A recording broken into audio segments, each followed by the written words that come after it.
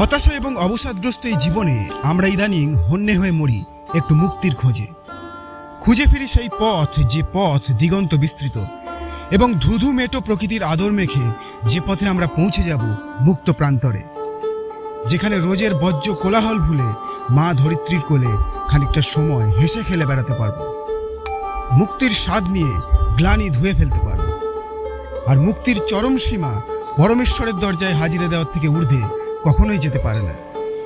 প্রকৃতির আদর মাখতে মাখতে আজ তাই বেরিয়ে পড়েছি স্বয়ং দেবাদিদেব মহাদেবকে দর্শন করতে, প্রকৃতি আর ঈশ্বরের চরণে কিছুটা সময় নিজেকে সঁপে দিতে। আমি কাঞ্চন, সবাইকে সুস্বাগতম আমার চ্যানেল ইয়োর্স ট্রুলি মিত্রবাবুতে। জয় শিবশম্ভু বলে আজকের ব্লগ শুরু করা যাক। আজকের গন্তব্য 108 শিব মন্দির, নবাবহাট, বর্ধমান।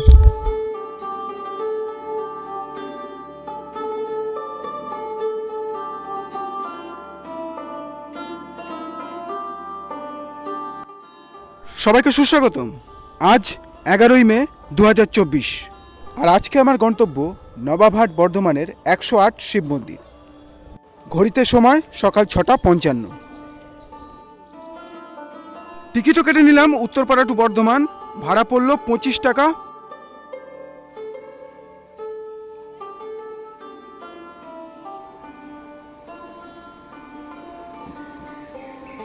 আমি যেহেতু উত্তরপাড়ায় থাকি, তাই উত্তরপাড়া থেকে হাওড়া বর্ধমান মেন লাইন লোকালে আমি বর্ধমান যাচ্ছি। এছাড়া হাওড়া থেকে সরাসরি যেতে চাইলে Howrah Bardhaman main line local তো আছেই, এছাড়া কড লাইন লোকালেও বর্ধমান পৌঁছানো যায়। দূরপাল্লার ট্রেন যেগুলো বর্ধমান জংশনে থামে, যেমন গণদেবতা, ব্ল্যাক ডায়মন্ড, পূর্বা, হুল এবং কুলিক এক্সপ্রেস ইত্যাদিতেও আসা যেতে পারে। শিয়ালদা থেকে শিয়ালদা বর্ধমান লোকালেও বর্ধমান যাওয়া যেতে পারে। বর্ধমান স্টেশনে নেবে স্টেশন চত্বর থেকে টোটো কিংবা বাসে চেপে 108 শিব মন্দিরে পৌঁছে যাওয়া যায়।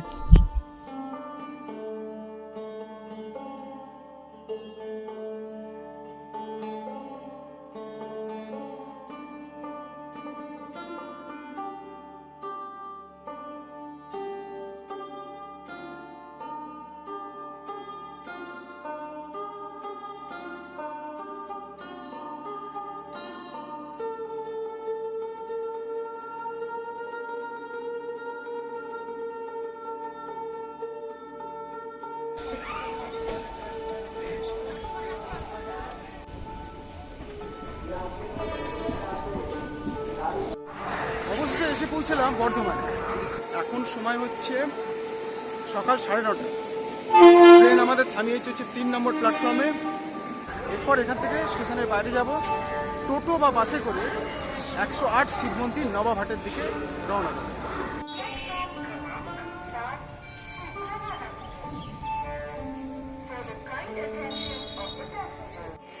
বর্ধমান জংশনের বাইরে দাঁড়িয়ে রয়েছি।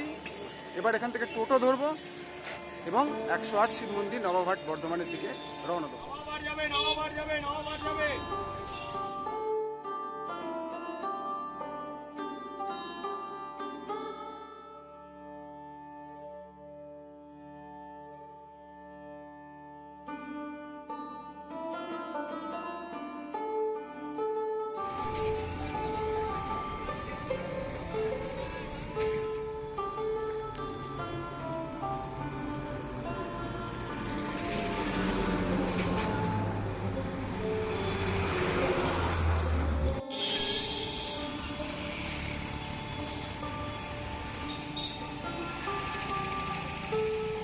মন্দিরের মূল ফটক পেরোতেই বাঁহাতে চোখে পড়ল মন্দির ক্যাফে, স্মারক ও হস্তশিল্প বিপণী এবং বিশ্রামাগার।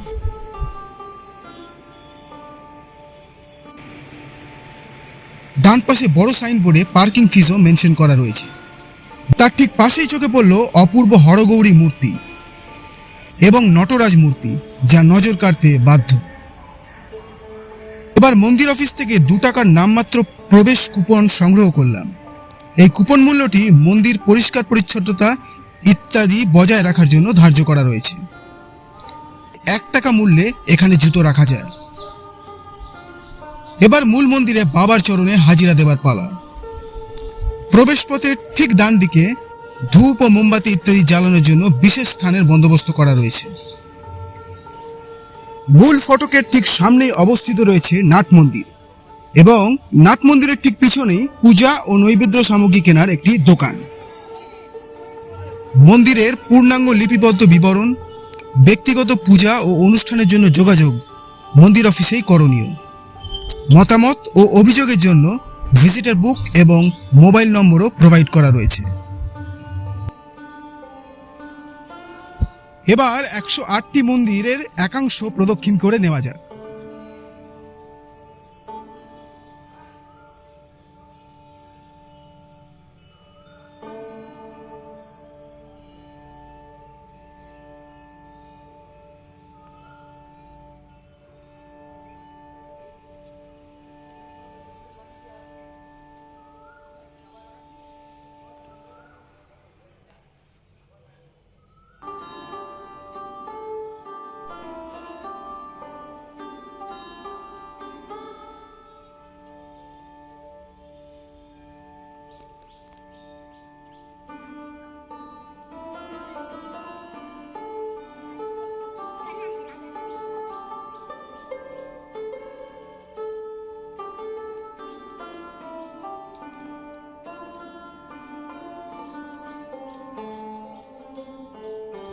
মন্দির চত্বরে অবস্থিত মোট 2টি পুষ্করিণীর মধ্যে এটি একটি।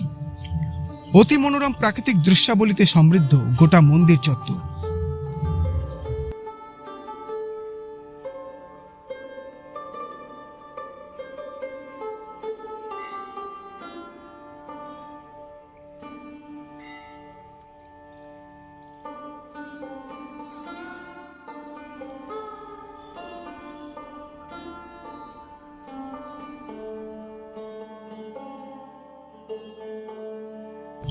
মন্দির চত্বরের বিভিন্ন স্থানে নানা দেবদেবী, নন্দী মহারাজ সহ অন্যান্য বিশেষ দেবদেবীর মূর্তি দৃষ্টান্তরূপে বিরাজমান।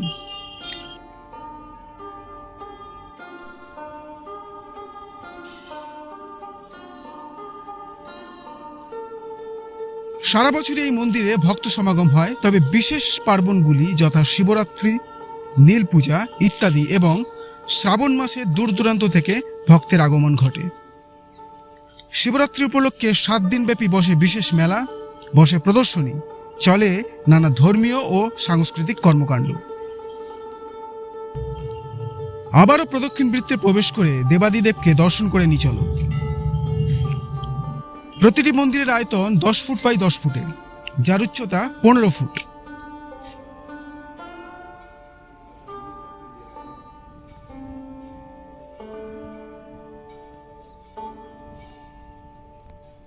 একশো 8 মন্দিরের উল্লেখ থাকলেও এখানে কিন্তু 109টি মন্দির বিরাজমান।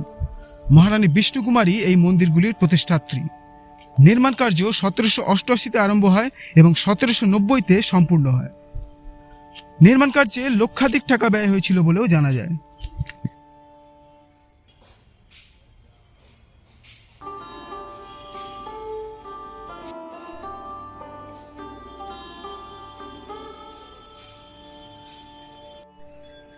মন্দিরের ভিতরে ঘুরছি, অসাধারণ শান্ত পরিবেশ, প্রকৃতির স্নিগ্ধ ছায়ায় দেবাদিদেব মহাদেবের দর্শন। এর থেকে ভালো আর কিছুই হতে পারে না।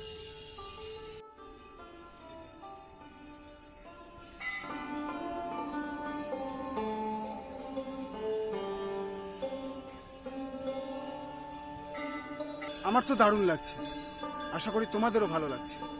একটু জিরানোর জন্যে এসে বসেছি একটি পুষ্করিণীর সামনে।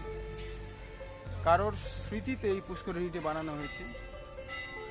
দেখতে পাচ্ছ গাছের নিচে একটু ক্ষণিকের বিশ্রাম। উপস্থিত এখন মানত নন্দী পার্কে। স্বয়ং নন্দী মহারাজ বিরাজমান এখানে।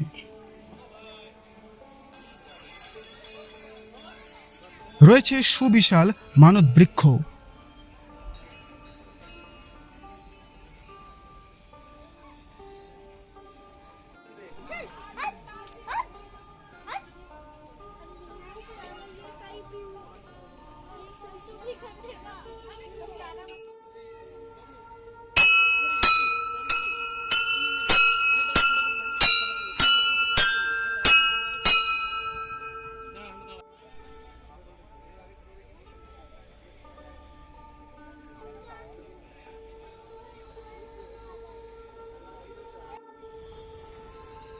প্রকৃতির ছত্রছায়ায় দেবাদিদেব মহাদেবের আশ্রয় আজকের দিনটা আমার 108 শিব মন্দিরে খুবই দারুণ কাটল।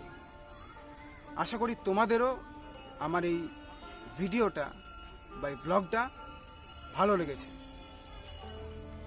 ভিডিওটা যদি ভালো লেগে থাকে ভিডিওটাকে লাইক করো, ভিডিওটা শেয়ার করো, আর চ্যানেলে যদি তোমরা নতুন হয়ে থাকো এইরকম আরও ভিডিও পাওয়ার জন্যে চ্যানেলটাকে অবশ্যই সাবস্ক্রাইব করে বেল আইকনটা প্রেস করে দিও।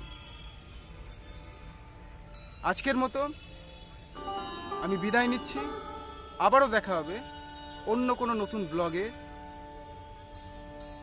অন্য কোনো গন্তব্যে।